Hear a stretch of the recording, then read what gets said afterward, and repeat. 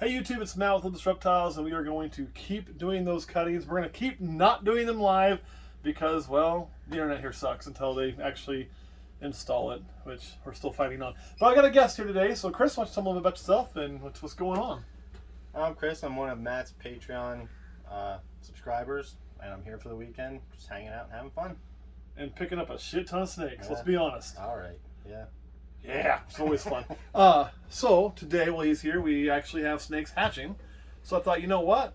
Why don't I let Chris cut them? And you've done this before. This isn't like some super exciting thing for you, but this would take, if you remember, maybe you could come cut egg sometime too. He's still got a dumb snake. So while he's working on that, because he told me I can't make him talk too much, and I've probably already used most of the words he wants to say. What are we working on here? We are working on a... This snake cut two big old holes and then used a small one.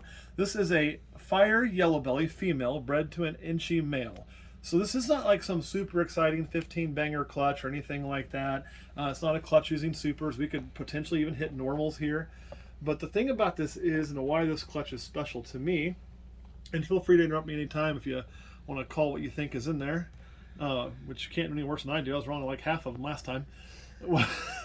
Is because this female is the one that a few years back went egg bound, and we had to do an egg implosion on and remove all that. Now that's not a surgery, it's not cutting the animal open.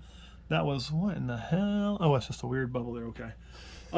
That is simply running a large needle through the cloaca, so not into the snake, just through its butthole, into the egg, and drawing all of the fluid out of the egg to shrink it to make it much easier for her to pass.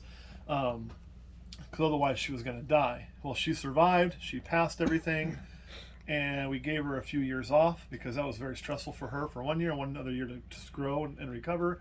And we bred her this year for the first time, and she gave me 5 eggs, which is awesome. That's what she had last time. And all of them are healthy, all of them passed, and we're cutting those today. As you saw, one had already pipped, so, you know, like, it's definitely the right time to be doing this.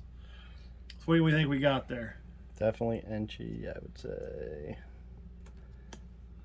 Give you a hand there. Maybe. I know this one is definitely not normal. That one looks normal. Might be a normal. Might be. Might be fire. a normal. Could have a normal. You know, it'd be like one of like 2 so far this year. So, you know, it's cool. Actually, I don't know if we've hit a normal this year. Have to go back and check. We may not have. I think we have some possible double het stuff.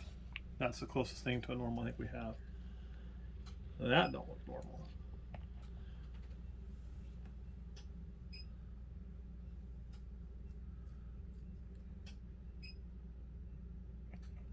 I just see a little bit of a light color in that one, I think.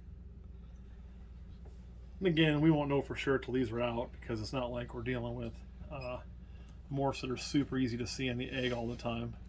You know, especially the yellow belly. The yellow belly can really look like a normal in the egg until you get it out and look at, I don't know, the belly.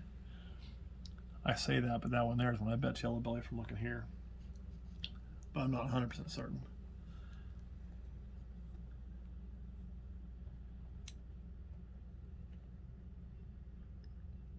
And our odds would be to have a normal in this clutch, I think. It would not be, I mean, it's just as likely as anything. And dealing with 3 total genes, you know, you're getting like a 1 and 2, 1 and 4, about a 1 and 8, about a 1 and 8, I think, on everything. So, how's that one looking?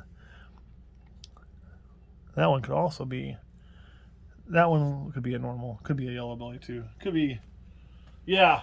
These are all ones that I have to wait till they crawl out. Again, this wasn't, that one's probably the coolest looking one in the egg for sure. Yeah. I'm guessing definitely enchi and fire on that one. That'd be cool. I'd take it. It's one thing I always like to do then is pull this out so when they do come out, they don't possibly bang their little heads or get the little head stuck in there too much. And we are going to go away from Q-tips. I finally used them all up, and I'm going to be switching to straws. They'll just hold their form a little bit better when we go to remove them. Oh, thank you. Here's 2 more gross ones. And here's the thing. Now, on a lot of other channels, and I say a lot of other channels, I guess, I don't know what people are doing nowadays. I don't have time to watch much. But when I first got into this, you know, you would see these channels that would have this egg cutting, and you'd be like, oh, I want to watch egg cutting. Everyone wants to watch egg cutting babies.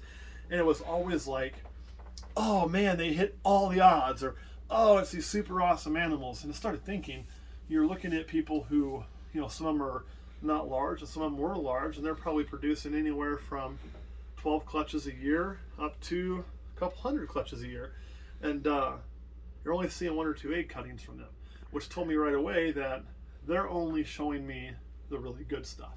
They're only showing me when they smash the odds, or they're only showing me when they, you know, have everything be great. And so we started doing these on every single egg and doing it live. Had to go away from the live, but we've made a pledge that you're going to see every number. So this was, again, number 7. And if you look back this year, you can find 1 through 6. Now this one, the only number you won't see is 14. That's because they were live hatched as boas. So, you know, it's kind of hard to catch that one on film. But we'll share we did already share the results with you, so you got an update on those. And we do that to have that full transparency. So as you get into this and you start producing, just ignore the number 11, by the way. That's from old times. As you get into this and you start, which is funny, I always watch the inside not really well, but I don't give 2 shits about the outside. Yeah. It's like, oh, there's still 11 on there. Oh. The outside doesn't matter. The outside doesn't matter. There's still a label on it too, you know, from something for his baby time. Anywho, we wanted that full transparency. So you're going to see when we have a clutch like this, which isn't bad. This is a successful clutch. Everything's live, everything's healthy. That's what we want. That's what we're going for. It may not have anything killer like the True Ghost or anything like that, which we didn't expect like that in here. But you're also going to see if we have a clutch that's got 5 dead babies in it. You're going to see if we have a clutch that smashes the odds. You're going to see if we have a clutch of all normals. You've seen that before when our het pied was not het pied. So you're going to get everything, good or bad. I think that's more of a real world experience and sets real world expectations for people getting into this hobby. Anything you want to add? No. All right, we got camera guy Kurt running the cell phone. And for those who wonder how long before I film this and I upload it, I'm going to tell you, well, my watch is wrong because it's got the wrong date on it. It's yours isn't a smartwatch either. Are you wearing a smartwatch? What is today's date? It's the 5th. 5th? So I thought I'm off by a day. You know, because it was 31, 30-day months and every set. So today is the 5th of June in the year of our Lord, 2022. And don't anybody get all religious crazy on me. That's actually what it's called. We actually do time based on that. AD does stand for after death. So anyway, that's when we were at, and you're going to see this video posted today. All right, anything else you want to add? All right, that's all I got. We'll see y'all next time.